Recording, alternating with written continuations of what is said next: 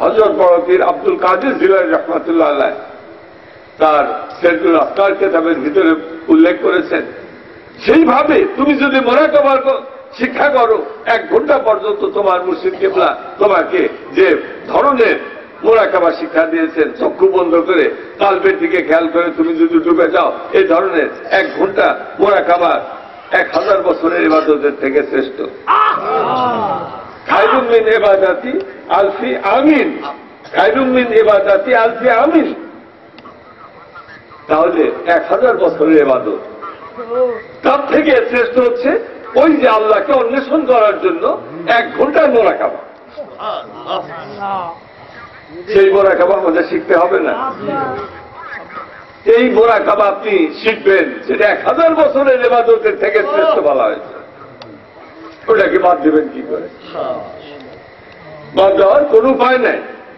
এই জন্য বড় বিষয় বলেছেন যে তোমরা নামাজ, এসে নামাজ পড়া হয়, রোজা করা হয়, হজ করা হয়, যাকাত দেওয়া হয়, এই যে ইবাদতগুলো যেগুলোকে ফরজ করে দেওয়া হয়েছে, এই ইবাদত হযরত বড় বিষয় তার সেরুল আফকার কিতাবের ভিতরে বলেছেন যে সালাতু শরিয়াতি ইজাফাত, সম্বন্ধবাচক শব্দ, সম্বন্ধ পদ ইজাফাত করা হয়েছে। শরীয়তের সঙ্গে সালাত বা নামাজের সম্বন্ধ করা হয়েছে। সালাতু শরিয়াতি, শরীয়তের নামাজ, সালাতু তরিকাতি, তরিকতের নামাজ। আপনি শরীয়তের নামাজ পড়লেন, সালাতু শরিয়াতি এটা আপনি পড়লেন, জানলেন, সব ঠিক আছে, কিন্তু সালাতু তরিকাতি এটা আপনি জানেনও না, সেটা আপনি করেনও নাই। কোরআনে আল্লাহ পাক বলেছেন যে উদখুলু ফিস সিলমি কাফা, তোমরা ইসলামে পুরাপুরি দাখিল হয়ে যাও। শরীয়তের নামাজ পড়বে, সাথে সাথে তরিকতের নামাজও তুমি পড়বে। শরীয়তের হজ করবে, হজ্জুস শরিয়াতি, হজ্জুস তরিকাতি, তরিকতের হজ করবে তুমি। হাদিস শরীফের ভিতরে বলা হয়েছে তুমি যদি হজ, দয়াল নবীজি হাদিস শরীফের ভিতরে ইরশাদ করেছেন, তুমি যদি হজ করো, হজের যে শর্তগুলো আছে, যেমন হজের বলা হয়েছে হজের রোকন, হজের রোকন কয়টি? 2টি। একটা হচ্ছে ইহরাম বাঁধা, আর একটা হচ্ছে উকুফে আরাফা। এই 2টা হচ্ছে হজের রোকন। আর হজের যে ফরজ, সেই ফরজ হচ্ছে 3টি।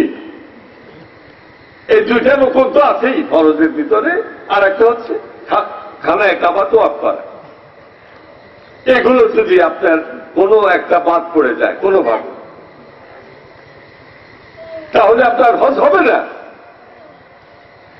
এটা তো হজের যে শর্তগুলো আছে, ফরজ এবং ওয়াজিব যেগুলো দেওয়া হয়েছে, এগুলো যদি বাদ পড়ে যায় তাহলে হজ হবে না। ওয়াজিব যদি বাদ হয়ে যায় তাহলে দম দিতে হবে, তাহলে কাফারা দিতে হবে, তাহলে শুদ্ধ হয়ে যাবে।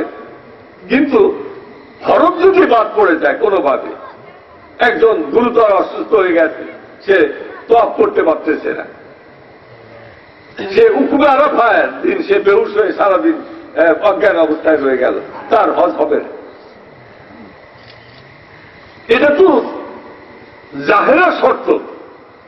আবার দয়াল নবীজি বাতেনি শর্তও দিয়েছেন যে তোমার হজ কবুল হবে না যদি এই হজের ভিতরে কোনোভাবে, কোনো না কোনোভাবে সামান্য পরিমাণ দিয়েও থাকে, তাহলে তোমার হজ আল্লাহর দরবারে কবুল হবে না।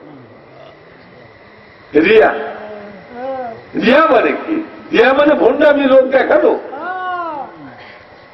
এবাদতের ভিতরে যদি তোমার লোক দেখানো মনোভাব থাকে, তাহলে তোমার ওই এবাদত তো কবুল হবেই না।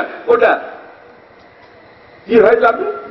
গোপন শিরক, শিরকুন খাফিউন।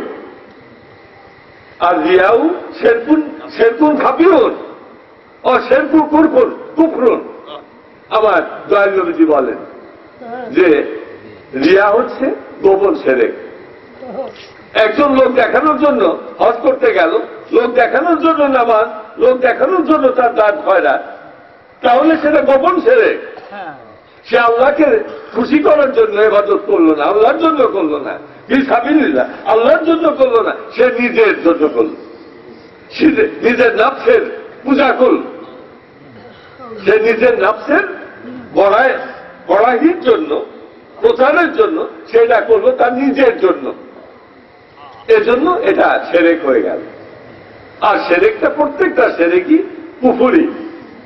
সুতরাং করলেন ইবাদত, হয়ে গেল কুফরি। এখন হজ্জুস শরিয়াতি, আল হজ্জু পাওয়া যাবে না। মুজাফ ইলাইহি, মুজাফ কখনো মুজাফের আগে আলেফ লাম যুক্ত করা যাবে না। সুতরাং বলতে হবে হজ্জুস শরিয়াতি, আল হজ্জুস শরিয়াতি বলা যাবে না, হজ্জুস শরিয়াতি।